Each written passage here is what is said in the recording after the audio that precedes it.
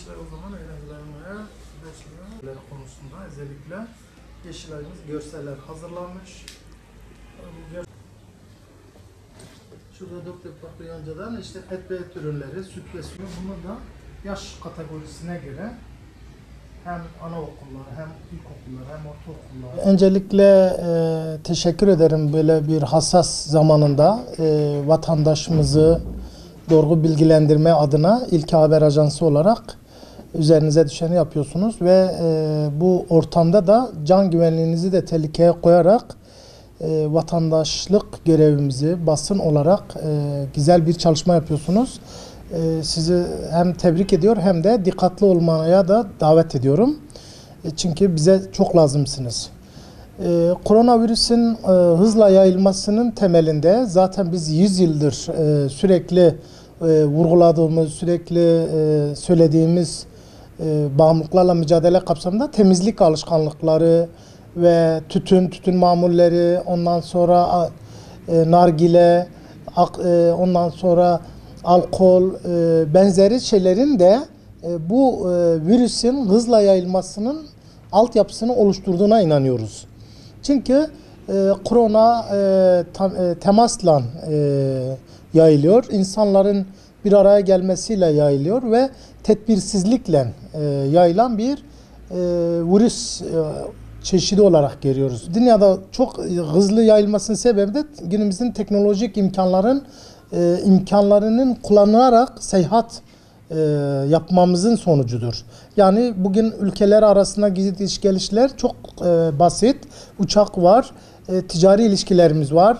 Yurt dışı gidip gelmelerden sonra ister istemez bu hasta türü taşınmış oluyor ve insanlar kendi aralarında ülkelerine yaydırmış oluyor. Sadece bir ülke değil, bütün dünyayı neredeyse saran bir durum oldu. Bunun temelinde bunlar yatar diyelim. Yeşilay malumunuz 100 yıl önce kurulurken başta alkolü baz alarak alkolün tehlikesini, alkolün zararlarını anlattı. Şimdi akciğerin direkt hedef alan ve etkisiz hale getiren şeylerden biri alkol ve tütün mamulleri ve maddedir. Dolayısıyla koronaya baktığın zaman o da direkt akciğere etki ediyor. Ve akciğeri hapsediyor ve akciğeri etkisiz hale getirerek insan hayatına son veriyor.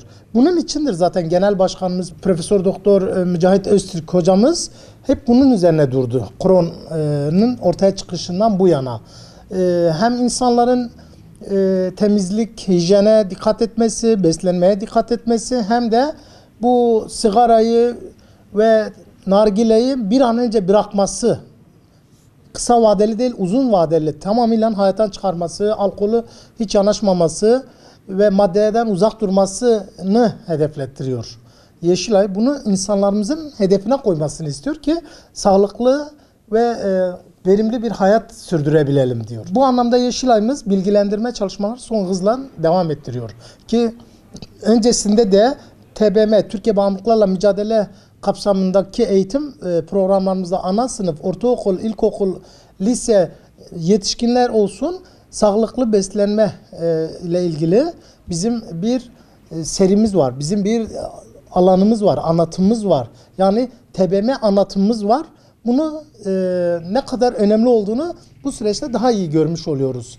Yani çocuk ne kadar yiyecek, nasıl uyuyacak, nasıl beslenecek, neye dikkat edecek, işte aileler, gençler, herkes için bu süreçten neye nasıl dikkat etmemiz gerektiği konusunda Yeşilay hem sosyal medya olsun, hem TRT aracılığıyla olsun, hem görsellerimizle olsun bu anlamda yine toplumu bilgilendiriyor ve üzerine düşeni fazlasıyla yerine getiriyor. Koronadan korunmak için ne yapmamız gerekir diyerek çalışma yürütüyoruz. Özellikle de Evde Kal Türkiye çağrısını çok güzel uyguluyor. Biz şube olarak da aynı şeyi üyelerimizle videolar hazırlayıp ondan sonra her gün sosyal medyada paylaşımlar yapıyoruz. Evde kal, niçin evde kal, nasıl evde kal, buna yönelik bir dakikayı geçmeyecek şekilde videolarımızla evinde çoluk çocuğuyla kitap oku, çoluk çocuğuyla aktif zaman geçir, ondan sonra tiyatro yap, canlandırma yap, gerekirse ibadet yap, dua yap şeklinde videolar paylaşıyorlar. Yani evde kal, Türkiye sağlığımız için evde kal, geleceğimiz için evde kal ve temizliği çok önemsiyoruz ve bu videolarımızdan onu da anlatıyoruz. Temizlik özellikle belli bir zaman değil, sürekli hayatımızın bir vazgeçilmezi, olmazsa olmazı, kesin temel ihtiyacımızın olduğunu anlatmaya çalışıyoruz. İlimiz gerçekten risk altında. Niye risk altında? Büyük şehiriz. Ondan sonra Urfa ticaret şehridir. Aynı zamanda yurt dışına buradan seyahatler oluyor. Yani bu tırcılar dediğimiz tır şoförlerinin sürekli Arap ülkelerine, değişik ülkelere gitmeleri oluyor. Savaş mağdurları aramızda. Değişik insanlar sürekli gir çıkışlar yapıyorlar. Göbekli Tepe yılı olarak ilan edildi. Dünyanın değişik ülkelerine insanlar ilimize gelip girdiler, çıktılar. Bu anlamda ilimiz risk altında. Bunu biz basite alamamazlık yapamayız. Burada vatandaş çok bilinçlenmeli. Hayat bizim hayatımızdır. Hem temizliğimize dikkat edeceğiz, hem evimize misafir almayacağız, misafirliğe gitmeyeceğiz. Evin hava değişimini önemseyeceğiz ki hep beraber el birliğiyle bu hastalığı hem ilimiz, hem ülkemiz, hem dünyada birlikte yok edelim. İnşallah hem bunu bu dikkatlere uyarak hem de inanarak Allah'ın yardımıyla bu süreci de atlatabiliriz diye düşünüyorum. Basın tedirginlik yapmadan, çocukların gelişim sürecinde göz önünde bulundurarak basın burada aynı zamanda bir öğretmen gibi, bir eğitmen gibi, bir cami hocası gibi görev yapacak. TV'ler bu yönden programlar düzenlemeli. Hem evde motivasyonu sağlayacak, hem evde aktif zamanı geçirmek için, hem de toplumun bilinçlenmesi, tam manada bilinçlenmesi için programlar yapması lazım.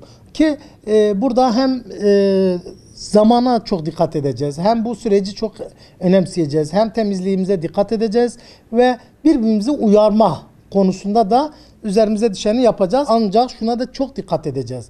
Kesinlikle ve kesinlikle yaşlılarımızı dışlamayacağız. Yaşlılar çok önemli. Yaşlılar bizim olmazsa olmazlarımız. Yaşlıları böyle alaycı videolar paylaşmak, onları küçük düşürmek, onları komike almak bu kadar basit bir şey olamaz bu. Bu yaşlılarımız bizim değerlerimiz. Biz onlara evde çıkmayın diyorsak, devlet büyüklerimiz, yöneticilerimiz evde çıkmayın diyorsa onların güvenliği içindir. Onları cezalandırmak için değildir. Onlar daha sağlıklı, daha uzun yaşasınlar diye. Bir kere biz burada bunu karıştırdık sanki toplum olarak. Urfa'da da bunu çok komiye alan davranışları ben gördüm. Onun için bir yaşlılara hürmetten saygı etmeyeceğiz. Onlara da telefonla psikolojik destek vereceğiz. Hep beraber dikkatli olursak inşallah Allah'ın yardımıyla temizlik kurallarına uyarak, devlet büyüklerinin önerilerine dikkat ederek, Sağlık Bakanımızın, İçişleri Bakanlığımızın, ondan sonra Sayın Cumhurbaşkanımızın çağrıları olsun, Milli Eğitimimizin çağrıları olsun, onlara dikkat ederek, onlara uyarak inşallah birlikte aşacağız bu süreci de.